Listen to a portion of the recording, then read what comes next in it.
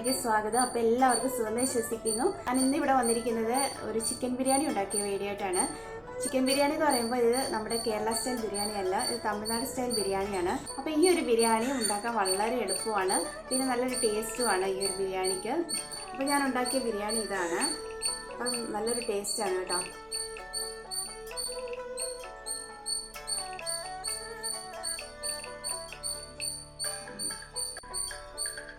നല്ല അടിപൊളി ടേസ്റ്റാണ്. പിന്നെ നിങ്ങൾക്ക് ഈ വീഡിയോ കണ്ട് ഇഷ്ടപ്പെട്ടിട്ടുണ്ടെങ്കിൽ ലൈക്ക് ചെയ്യണം, ഷെയർ ചെയ്യണം. പിന്നെ സബ്സ്ക്രൈബ് ചെയ്യാതെ ആരെങ്കിലും കാണുന്നുണ്ടെങ്കിൽ ഒന്ന് സബ്സ്ക്രൈബ് ചെയ്ത് കാണുക. അപ്പോൾ നമുക്ക് നേരെ വീഡിയോയിലേക്ക് കാണാം.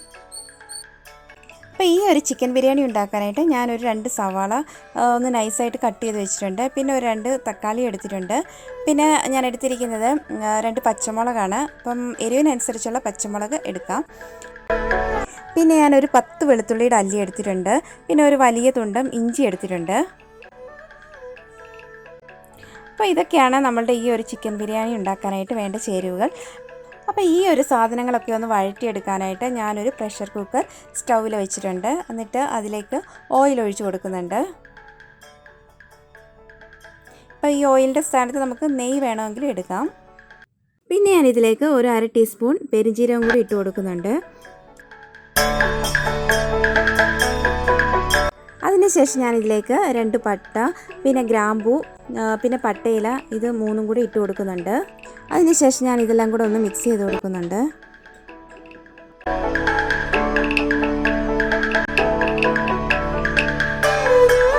അടുത്തത് ഞാനിതിലേക്ക് ഇട്ട് കൊടുക്കുന്നത് സവാളയാണ്. അപ്പോൾ ഞാൻ ഈ സവാള ഫുള്ളായിട്ട് അതിനകത്തേക്ക് ഇട്ട് ഒന്ന് സോട്ട് ചെയ്ത് കൊടുക്കുന്നുണ്ട്. അപ്പോൾ ഈ ഒരു സവാള ഇട്ടതിന് ശേഷം നല്ലതായിട്ടൊന്ന് മിക്സ് ചെയ്ത് കൊടുക്കാം. അപ്പോൾ നമുക്ക് ഒത്തിരി നേരമൊന്നും ഇട്ട് വഴറ്റേണ്ട കാര്യമൊന്നുമില്ല.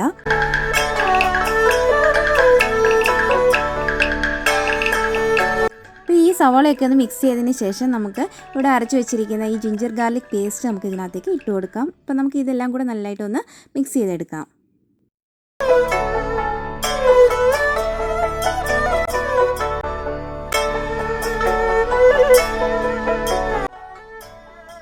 അതിനുശേഷം നമ്മളിവിടെ എടുത്തു വെച്ചിരിക്കുന്ന ഈ ഒരു 2 പച്ചമുളക് ഇതിനകത്തേക്ക് ഇട്ട് കൊടുത്തിട്ട് നല്ലതായിട്ടൊന്ന് മിക്സ് ചെയ്തെടുക്കാം. അപ്പോൾ ഇതെല്ലാം ഒന്ന് നല്ലതായിട്ടൊന്ന് വഴന്നു വരുമ്പോൾ നമുക്ക് നമ്മളുടെ തക്കാളി ഇതിനകത്തേക്ക് ഇട്ട് കൊടുക്കാം.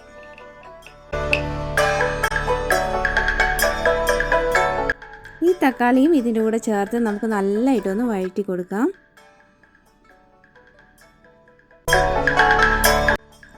അപ്പോൾ ഈ ഒരു ഇൻഗ്രീഡിയൻസ് എല്ലാം നല്ലതായിട്ടൊന്ന് സോട്ട് ചെയ്ത് വന്നതിന് ശേഷം നമുക്ക് കുറച്ച് മസാലപ്പൊടികളൊക്കെ ഒന്ന് ആഡ് ചെയ്ത് കൊടുക്കണം. മസാലപ്പൊടി എന്ന് പറയുമ്പോൾ ഞാനിവിടെ മുളക് പൊടിയും പിന്നെ നമ്മളുടെ കറി മസാലയുമാണ് ചേർത്ത് കൊടുക്കുന്നത്. അപ്പോൾ മുളക് പൊടി എന്ന് പറയുമ്പോൾ ഞാൻ കാശ്മീരി മുളക് പൊടിയാണ് എടുക്കുന്നത്.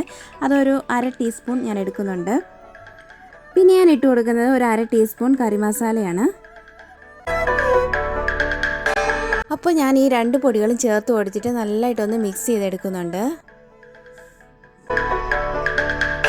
അടുത്തതായി നമുക്കിതിനകത്തേക്ക് ചേർത്ത് കൊടുക്കേണ്ടത് പുതിനയുടെ ഇലയാണ്.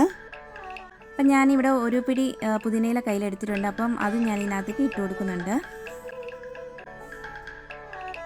ഇതും കൂടെ ഇട്ടിട്ട് നമുക്ക് നല്ലതായിട്ടൊന്ന് ഇളക്കി കൊടുക്കാം. അതിനുശേഷം ഞാൻ ഇതിനകത്തേക്ക് ചിക്കനും ബാസ്മതി റൈസും ഒക്കെ ആയിരുന്നു ഇട്ട് കൊടുത്തിരുന്നത്.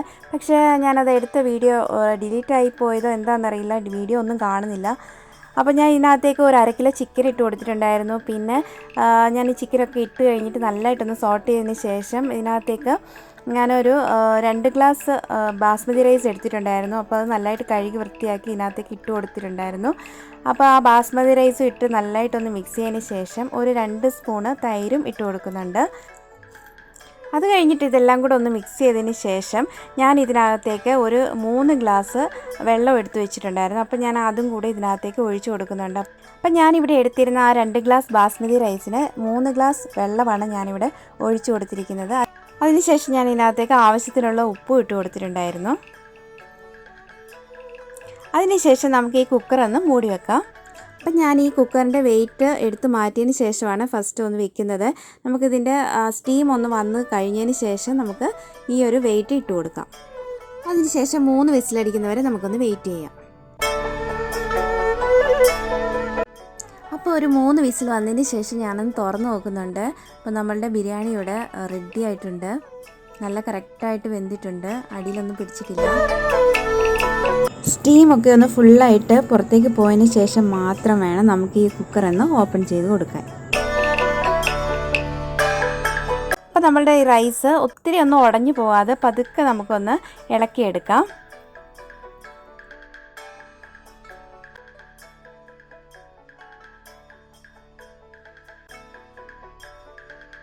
അപ്പോൾ ഈ ടേസ്റ്റി ആയിട്ടുള്ള ചിക്കൻ ബിരിയാണി ഇവിടെ റെഡി ആയി കഴിഞ്ഞു. അപ്പോൾ നിങ്ങൾക്ക് ഈ വീഡിയോ ഇഷ്ടപ്പെട്ടെന്ന് വിചാരിക്കുന്നു. ഇഷ്ടപ്പെടുകയാണെങ്കിൽ ലൈക്ക് ചെയ്യുക, ഷെയർ ചെയ്യുക, സബ്സ്ക്രൈബ് ചെയ്യുക.